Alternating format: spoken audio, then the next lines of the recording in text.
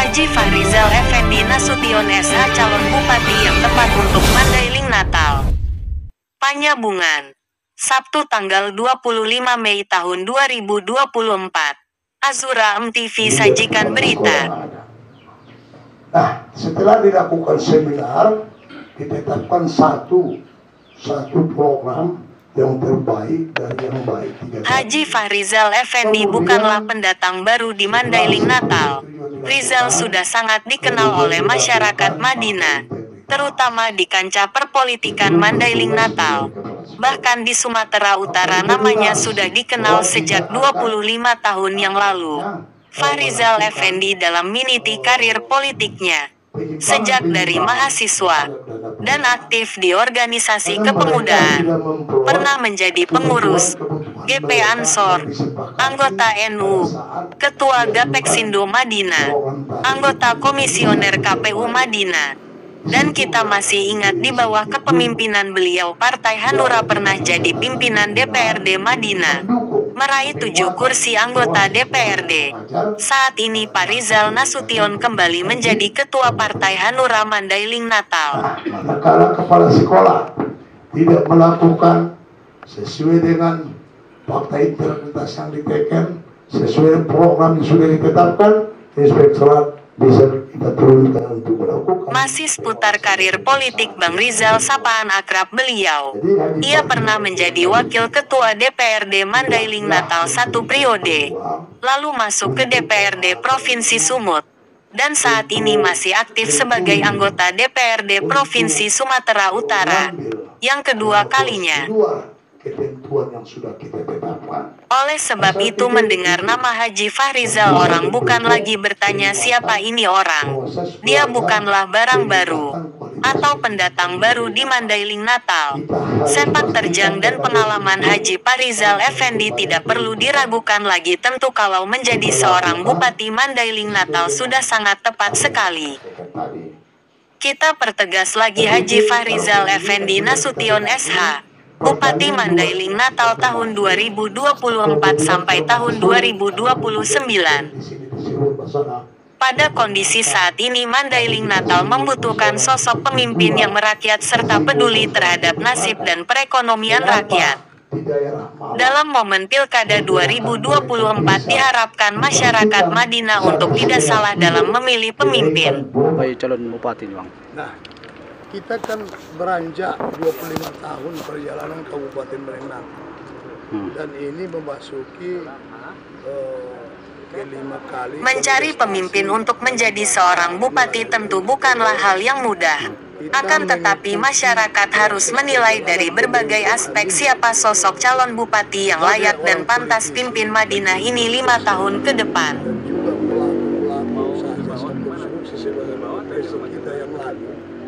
Belum ada keberpihakan yang totalitas. Beberapa tokoh masyarakat Madinah pernah berucap, mencari pemimpin itu, kita mesti lihat rekam jejaknya, pengalamannya, tingkat kepeduliannya pada rakyat di kalangan bawah, jiwa patriotnya.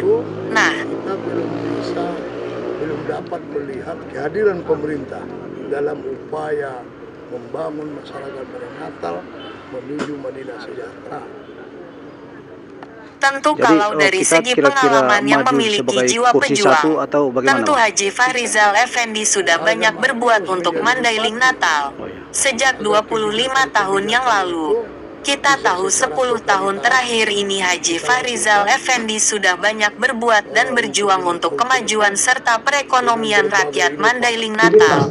Perjuangan Rizal Effendi itu terlihat dari banyaknya pembangunan dari Provinsi Sumatera Utara yang digiring serta dikawal oleh Haji Fahrizal selaku anggota DPRD Provinsi Sumatera Utara dari Partai Hanura. Kita tahu berbagai pembangunan jalan yang ada di Kecamatan Huta Bargot, Kecamatan Nagajuang serta pembangunan jalan di Kecamatan Muara Batang Gadis, Batahan, sampai menuju perbatasan dengan Tapanuli Selatan, adalah berkat pengawalan dan penggiringan perjuangan Haji Fahrizal di DPRD Provinsi Sumatera Utara. Bahkan untuk mewujudkan Bandara Abdul Haris Nasution yang ada di Bukit Malintang, Haji Fahrizal berkali-kali ke Jakarta bersama pemerintah daerah untuk agar bisa terwujud. Dan mampu Sebenarnya masih banyak lagi perjuangan ataupun hal-hal yang telah diperbuat Fahrizal untuk Mandailing Natal. Kita pernah dengar dari masyarakat Pantai Barat bahwa Fahrizal pernah mengusahakan kapal tangkap ikan untuk para nelayan yang ada di Natal dan Batahan. Nah, kita bisa tidak Kedatangannya bersama tim pemenangan Fahrizal ke kantor DPC PKB adalah untuk mempertegas partai PKB agar memberikan rekomendasi kepada Haji Fahrizal Effendi maju sebagai calon Bupati Mandailing Natal periode tahun 2024 sampai tahun 2029 dan sekaligus menyampaikan visi dan misinya sebagai calon Bupati Mandailing Natal. Kebutuhan dari UMKM yang ada Mandailing Natal. Dia harus hadir di kantor DPC PKB Madinah tampak hadir pengurus harian Partai PKB, Ketua PKB Madinah, Fasla Siregar, serta seluruh anggota dan pengurus harian PKB. Sementara dari tim pemenangan Fahrizal Effendi tampak hadir Dahlan, Sekretaris Partai Hanura, anggota DPRD Madinah terpilih dari Partai Hanura dan sejumlah anggota pengurus harian Partai Hanura serta Bang Saifuddin tokoh dan wartawan senior Mandailing Natal. Haji Fahrizal Effendi memaparkan visi dan misinya dan membedah visi misi tersebut yang dipandang dari berbagai faktor, termasuk dari faktor perikanan di Mandailing Natal untuk menunjang perekonomian masyarakat Mandailing Natal. Pasti permasalahan kita masalah. Mereka pedagang-pedagang ikan di Mandailing Natal sudah tidak mau menampung karena tidak ada kesinambungan dan kepastian nanti sesuai dengan kebutuhan yang ada. Mereka takut kehilangan langganan yang ada dari laut. Kalau hanya kita tidak bisa memastikan bahwa kebutuhan dia itu berkelanjutan. Semestinya hari ini pemerintah sudah mampu melakukan pendataan kebutuhan real. Bagaimana kebutuhan masyarakat, rumah makan, perhotelan, konsumsi masyarakat umum terkait dengan ikan mas misalnya, dan mampu kita memetakan berapa luas kolam kita yang hari ini bisa memastikan menyuplai kebutuhan berkelanjutan tadi. Berarti dinas koperasi itu harus aktif dalam langkah pendampingan pembiayaan. Nah, kita bisa tidak perlu kita susah-susah melihat bahwa model pemerintahan yang ada hari ini tidak berpihak terhadap masyarakat. Tapi lihat anggaran alokasi yang ada di koperasi. Kalau pemerintah UMKM, artinya harus ada dana alokasi di dinas koperasi yang mencerminkan kebutuhan-kebutuhan dari UMKM yang ada Mandailing Natal.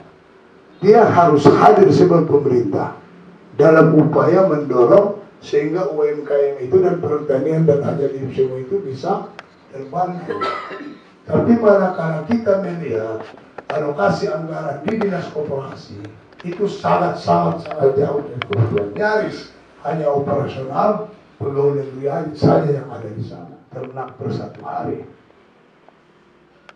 Kenapa di Kabupaten Malang petani yang selama ini misalnya petani padi itu sudah beralih dengan menanam rumput gajah dan odot karena sudah terjadi hubungan simbiosis mutualisme. Jadi ada petani yang menanam kebutuhan rumput-rumput ternak, ada peternak yang sudah berhasil dengan teknologi yang ada menaikkan bobot sampai 1,5 kg per hari. Hari ini saya sering ke dinas-dinas tertentu untuk menandatangani perjalanan dinas yang saya jumpai terkadang hanya beberapa orang saja. Contoh salah satu dinas seperti Bapeda yang kita tahu di situ ada ratusan. Jadi sepertinya birokrasi itu tidak ada disiplin. Bagaimana kalau disiplin tidak dimiliki oleh birokrasi untuk melahirkan program-program untuk memajukan masyarakat Kabupaten Natal? Kita sudah menyadarkan harapan terhadap mereka sehingga mereka bisa lebih kreatif, lebih inovatif dalam menuangkan program-program untuk mendukung kesejahteraan dan mewujudkan kesejahteraan masyarakat dari program yang ditetapkan oleh pada APBD kita. Kita tidak mau ke depan bahwa APBD itu dilakukan dengan copy paste. Tahu copy paste kan? Kita harus lebih kreatif. Untuk itu kita harapkan DPC PKB, apalagi ketuanya saudara Pak Salah Siregar, dan kita akui punya dedikasi, inovasi, memberikan masukan-masukan yang artinya strategis dalam pelaksanaan pembangunan yang pro rakyat untuk 5 tahun ke depan. Itu bicara reforma birokrasi tanpa korupsi sejahtera, dengan tidak menambah anggaran sudah ada, hanya persoalan sistem kita lakukan. Kita sebagai anggota DPR sudah melakukan kunjungan kerja hampir di seluruh daerah di Indonesia ini, dan itu kita temukan di salah satu daerah bahwa seluruh operasional OPD itu ditarik satu pintu. Di sekretariat dalam rangka mereka hanya mengajukan permintaan barang kebutuhan real di seluruh dinas terkait. Dan tadi setelah kita lakukan rasionalisasi, kita artinya biaya real tadi itu ditarik sekretariat, yang sisanya kita setelah rasionalisasi kita konversikan kepada tunjangan mereka secara proporsional.